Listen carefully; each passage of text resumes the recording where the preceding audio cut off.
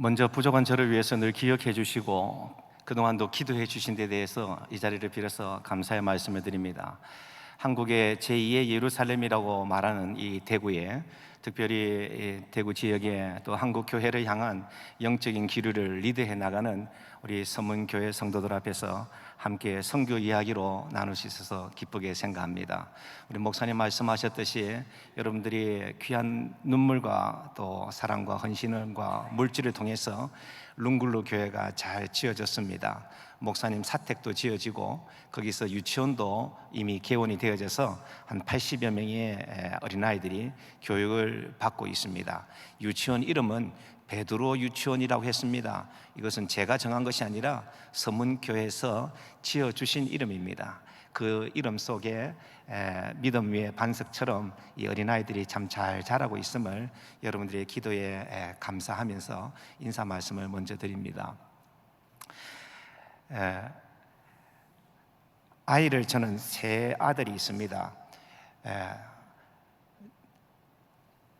제가 캄보디아 사역을 마치고 한국에 머무는 동안에 부산에서 아이를 우리 중학교를 보냈더니 다녀오면서 아빠 학교 가니까 형들이 화장실에 불러가지고 5,000원 날라 그러고 10,000원 달라고 그래서 오늘 돈 다 뺏겼어요. 그래 내가 너를 국제학교에 보내줄 형편이 안 되고 그냥 우리 한국 중학교에 보냈는데 그래도 열심히 공부해봐라. 아빠 한국말이 잘 이해가 안 돼요. 듣기는 듣는데 뜻을 모르겠어요. 그렇게 참 힘든 얘기를 좀 했습니다. 그러는 순간에 어느 날 보니까 아이가 가출을 했습니다. 제가 목회를 하면서 가출한 사람들 상담을 하기도 했는데 내 아이가 갑자기 어느 날 가출을 했습니다. 그래서 경찰서 보고를 하고 핸드폰으로 위치 추적을 해보니 해줄 수가 없다는 거예요. 너무나 많은 아이들이 가출을 하기 때문에 추적할 수 없고 자살한다는 그런 문구와 메시지가 있으면은 추적을 해준다는 얘기를 들었습니다.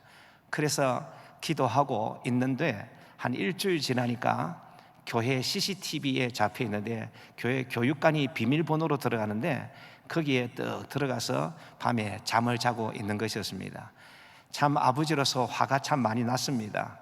그렇지만 그때 제가 말을 뱉으면 참 험한 말을 할 것 같아서 조용히 데리고 집으로 왔습니다. 그리고 일주일 동안 침묵 속에서 지냈습니다. 그런 다음에 한 일주일 지나니까 이 아들이 저에게 무릎을 꿇고 아버지에게 할 말이 있다고 왔습니다. 그래, 네가 무슨 말을 하고 싶냐? 아빠 선교사로 살면서 재정적인 여유가 많이 없다 보니까 내가 이렇게 한국에 나와도 나를 국제학교 보내줄 형편이 못 되니 아빠 나를 미국에 보내주세요. 그래. 이 아이는 제가 유학 중에 아이를 낳아서 미국 시민권을 가지고 있습니다. 그것을 알고 아빠 미국 나를 보내주면 돈 안 들이고 내 미국 학교 다닐 수 있어요. 그래서 그러면 우리 한번 기도해보자. 하나님께서 너 기도를 듣고 그 너의 기도가 필요하다면 하나님께서 나에게 한인교회에 목회할 수 있는 길을 열어주시지 않겠느냐. 그렇다면 너는 저절로 따라오면 되니까 그렇게 기도하자 하는 거 한 3개월을 기도하는 중에 미국에 우리 선배 목사님한테 연락을 받았습니다. 김 목사님 미국에 올 생각이 없습니까? 그래서 제가 자초지종을 쭉 얘기를 했습니다. 그랬더니 당장 오라고 해서 그렇게 해서 미국에 사실 저는 영주할 목적을 가지고 미국에 이제 선교사 그만두고 그렇게 갔습니다. 그리고 저를 후원해 준 모든 교회들에게 편지를 보냈습니다. 저는 이제 선교사 아닙니다. 그동안 후원해 주신 데서 감사하고 더 이상 후원해 주시지 않고 다른 분들에게 선교비를 보내주시면 되겠습니다 하고 인사를 다 드렸습니다. 그렇게 하고 목회를 하는데 교인들 앞에 설 때마다 제 마음속에 하나님이 주시는 그 선교에 대한 열정을 도무지 숨길 수가 없었습니다. 그래서 저는 교인들에게 이렇게 이야기했습니다. 제가 언젠지는 모르지만 하나님께서 저를 다시 선교지로 불러서 제가 사실은 제 인간적인 욕심 때문에 이렇게 영주할 목적으로 왔지만은 언젠지 모르지만 제가 선교사로 다시 나가야 될 것 같습니다. 한번 여러분들 기도해 주시기를 바랍니다 하고 교인들과 비전을 나누기도 했습니다. 그러는 가운데에 하나님께서 아프리카 우간다 쿠미 대학교의 부총장이라는 직책을 가지고 저를 불러주셨습니다.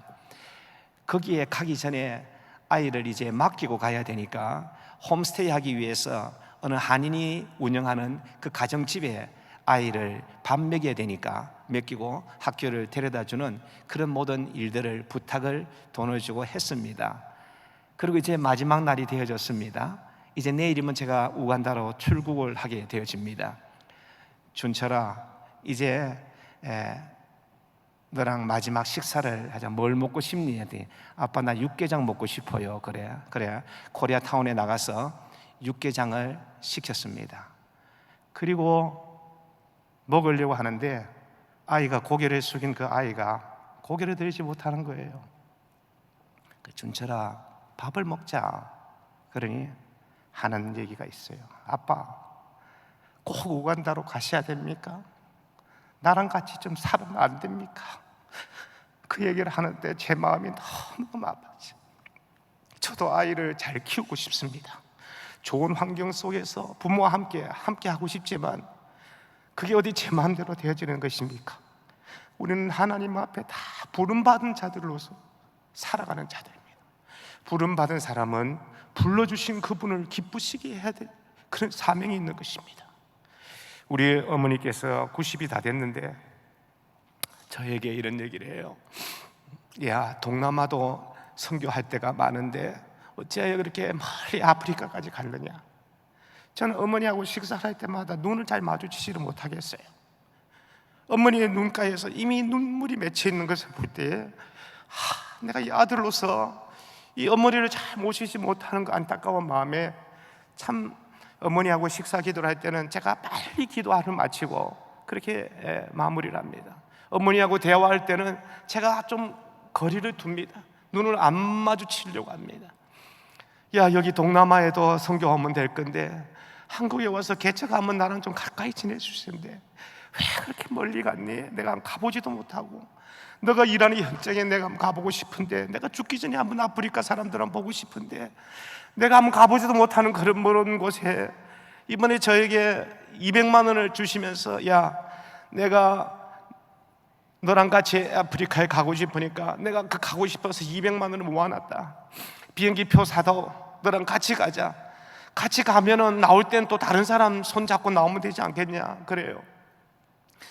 근데 제가 며칠 전에 보건소 가서 우리 어머니를 모시고 치매 검사를 해보니까 치매기가 있어서 모시고 갈 수가 없어요.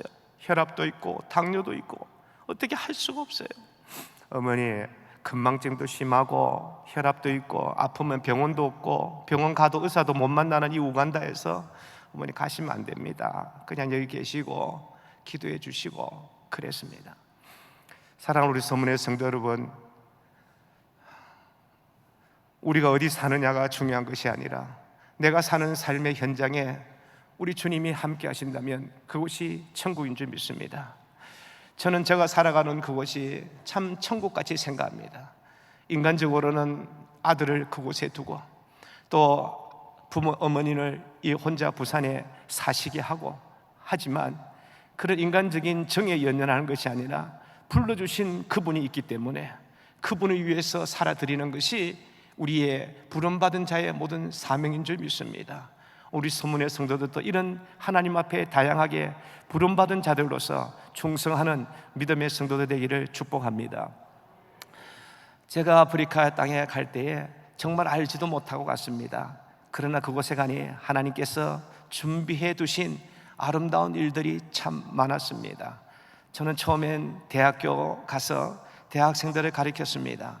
이 대학생들을 가르치는데 때로는 주간반, 때로는 야간반을 가르치는데 한 번은 어떤 한 자매가 와서 저한테 질문이 있다 그래요. 그럼 해봐라 했더니 자기가 흑인으로 태어난 것이 너무너무 참 슬프다 그러면서 자기는 어릴 때부터 하얀 돌 가지고 이태리 타올 같은 거로 또 철수세미로 이 피부를 막 하면은 하얗게 되어질 줄 알고 그렇게 피가 날 정도로 긁어도 내 피부가 검하게 검은 것을 피할 수가 없었다고, 나는 흑인으로 태어난 것이 너무 슬프다는 그런 이야기를 해요. 또 한 다른 목회자는 질문을 하면서, 왜 우리가 노아의 어느 자손의 후예입니까? 노아에게 세 아들 가운데서 셈 함 야벳 가운데 우리가 누구의 후손입니까? 질문을 해요. 그래서 아프리카는 아무래도 함의 후손의 가능성이 많다 하니까, 그렇죠. 그러니까 노아의 아들이 함은 아버지의 참 부끄러운 것을 가리지 못하고 봤기 때문에 아버지로부터 저주받은 민족 아닙니까? 그렇기 때문에 우리는 저주받았기 때문에 이렇게 검은 것입니까? 당신 백인 선교사는 자기들이 얼마나 검은지 저를 보면 백인 선교사라 그래요. 정말 고릴라처럼 시커멓고 눈도 빨간 핏줄이 걸려서 제가 처음에 볼 때마다 정말 저를 잡아먹을 것 같은 그런 마음을 가지기도 했습니다. 그런데 이 사람들이 자기들이 검었다는 것에 대해서, 이 흑인이라는 데에서 너무 열등의식을 가지고, 영화에 보면은 좋은 일을 있을 때는 하얀 옷을 입은 천사가 나타나는데 나쁜 놈 더러운 거 아주 마귀는 꼭 검은 옷을 입고 나는데, 그것도 바로 나쁜 것은 아닙니까? 우리가 피부가 검다는 것은 저주받아 그런 것이 아닙니까? 이렇게 이야기를 많이 하는 거예요. 그래서 속으로는 그런 마음이 있지만은, 너가 함의 자손 맞다 이래 말하기도 참 선교사가 부끄럽고, 그래 많이 대부분이 그렇지만은 함 족속도 유럽에도 살고 다른 나라도 많이 산다 하고 조금 위로를 해 주었습니다. 정말 우리 아프리카 성도들 만나보면은 오전에 이 예배를 드릴 때 새끼 밥을 먹지 못하고 겨우 한 끼 먹고, 그 한 끼마저도 좀 옥수수를 물을 끓여가지고 죽처럼 이렇게 해서 한참 끓이면 하얀 백석이 떡처럼 됩니다. 그러면 그걸 한 주먹하고 콩을 푹 삶은 거를 그걸 한 주먹 이렇게 해서 그들이 이렇게 먹습니다. 참 새끼 먹는다는 것은 사치죠. 한 끼 먹지만은 그들이 예배 전에 와서 찬양을 하는데 한 2시간씩 찬양합니다. 하나님 앞에 드리는 찬양을 앉아서 할 수 없다 해서 서서 다 찬양하는데, 제가 섬기는 3개 부족 가운데에서 이 부족은 특별히 점프를 잘합니다. 4-50cm 점프를 앉은 자리에서 이렇게 서서 탁 점프를 하면서 이렇게 찬양하는데, 저 같은 사람 가만히 있어도 정상적인 사람도 관절이 나갈 수 있을 만큼 그렇게 높이 점프를 하면서 하나님을 찬양합니다. 그 찬양한 이후에 설교 듣기 전에 간증을 하는데요, 지난 한 주간 동안에 하나님께서 내 기도를 응답해 주신 것이 무엇인지 손을 들고 한번 간증해 보실 분 있습니까? 하면 거의 전 교인이 손에 듭니다. 이 간증 다 들으려고 그러면요 몇 시간이 가야 될 정도입니다. 그들이 간증하는 것은 그렇게 대단한 것은 아닙니다. 어느 한 할머니는, 나는 정말로 교회에 예배 시간 참 맞추고 싶었는데 내가 한 30km 걸어서 오는데 난 자전거도 없고 오토바이도 없고 이것을 타려고 그러면 다 돈을 내야 타야 됩니다. 그러니 나는 자전거도 없고 어떻게 하면 예배 시간에 맞춰서 올 수 있을까 고민했는데, 하나님 나도 오늘 예배 시간 맞춰서 한번 교회에 참석하게 해주세요 하고 기도했는데, 낯선 오토바이에서 메인이 오더니 어디 가냐 해서 교회 간다 했더니, 타라고 오늘은 내가 돈을 받지 아니하고 당신에게 교회까지 태워주겠다 해서 오늘 오토바이를 타고 오늘 처음으로 교회에 내 인생에서 예배 시간 전에 맞춰서 도착했습니다. 그러면 온 성도들이 아멘 아멘 하면서 그렇게 감사를 하고 있습니다. 대단한 고백이 아니지만은 적은 고백을 가지고 나누면서 그렇게 감사합니다. 이 아프리카 사람들이 부족마다 여러 가지 특징들이 있는데, 대학생들을 가르치는데 한날은 수업 시간 야간반에 1시간 하더니 휴식 시간에 다 도망가 버려요. 야, 너희들 아직 1시간 더 남았는데 어디 가니? 1시간 더 해야지. 그랬더니 안 해도 된다는 거예요. 그때는 연말쯤 되었습니다. 그 부족은, 이 태소 부족은 연말쯤 되면 고등학생의 머리를 하나 잘라서 건축하는 건축물에 그 주춧떡 코너에 넣어야 건축물이 온전해진다는 그런 속설이 있었습니다. 그래서 그 아프리카 사람들 자매들도 머리도 꼬불꼬불하기 때문에 거의 다 중처럼 다 머리를 다 빡빡 깠습니다. 그래서 내가 여자인 것을 나타나기 위해서는 반드시 치마를 입고 다니는데, 내가 고등학생인지 대학생인지 나를 잡아먹는 사람이 어떻게 알겠습니까? 그래서 나는 오늘 밝을 때에 내 집에 돌아가면 출석, 결석 체크하려면 체크하십시오 하면서 그렇게 떠나가고 있습니다. 이런 참 무지 속에서, 문화적인 그런 잘못된 판단 속에서 내려오는 이 아프리카 사람들에게 어떻게 하면 하나님의 말씀을 잘 가르쳐 볼 것인가, 저는 대학생들에게 무척 노력했습니다. 그런 가운데 매주 주일날 이웃 교회들을 신방하면서 아프리카 교회들을 조금씩 살펴보는데 참 이상한 일들을 발견하게 되어졌습니다. 그것은 바로 아프리카 목사님들이 성경을 모른다는 것입니다. 또 성경을 부족으로 된 성경조차 가지고 있지 않다는 것입니다. 우리 돈으로 한 권에 10,000원밖에 안 하는 이 성경을 저들은 평생토록 고민하면서 하나님, 나도 이 우리 부족말로 된 이 성경을 좀 갖게 해 주십시오, 그렇게 기도하는 것을 보아서, 당신 성경도 목사님이 교회에 성경도 없이 어떻게 설교하느냐, 하나님께 묵상하고 기도하면은 하나님이 말씀을 주셔서 내가 설교를 한다. 들은 어른들한테 들은 거 가지고 설교를 하는데 그 설교도 잘못된 해석을 할 때가 참으로 많은 것입니다. 그래서 제가 성경을 곳곳마다 가르칩니다. 한 번은 오지에서 저에게 성경을 가르쳐달라는 그런 요청이 와서 갔습니다. 길도 없는 곳입니다. 그래서 저는 이사야서의 말씀을 생각합니다. 아, 선교사는 길을 만드는 사람이구나, 광야의 길을, 사막의 강물을 터지게 하는 것이 선교사의 사역이구나, 그런 생각을 하게 되어졌습니다. 가르치는 가운데 정말로 이 사륜구덩이에 물에 빠지기도 하고 헤어나기도 하고, 그래서 차를 볼 때마다 안수합니다. 하나님, 오늘 이 차가 빠지지 않고 잘 가게 해주십시오. 차가 선교하는구나, 그런 생각을 해봅니다.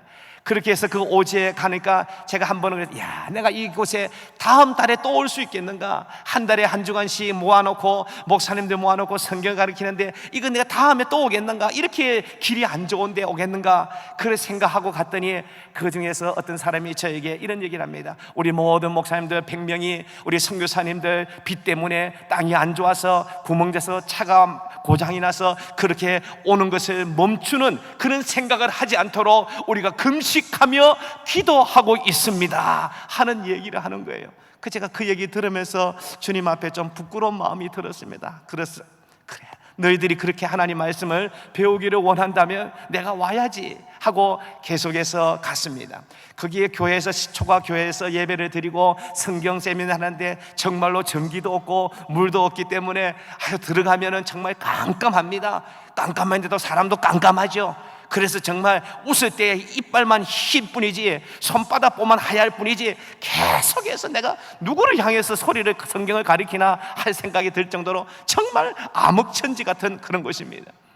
그런 곳에서 열심히 그들이 성경을 배우고자 노트에다가 필기해가면서 받아쓰고 하는 모습 볼 때에 하나님께서 이 땅의 사람들을 참 사랑하는구나, 그런 생각을 하게 되어집니다. 매주 가게 되는데, 매달 가는데 거기에 마가렛이라는 그 유치원 선생님이 계셨는데 그 선생님이 그렇게 저를 반갑게 맞아주곤 했습니다.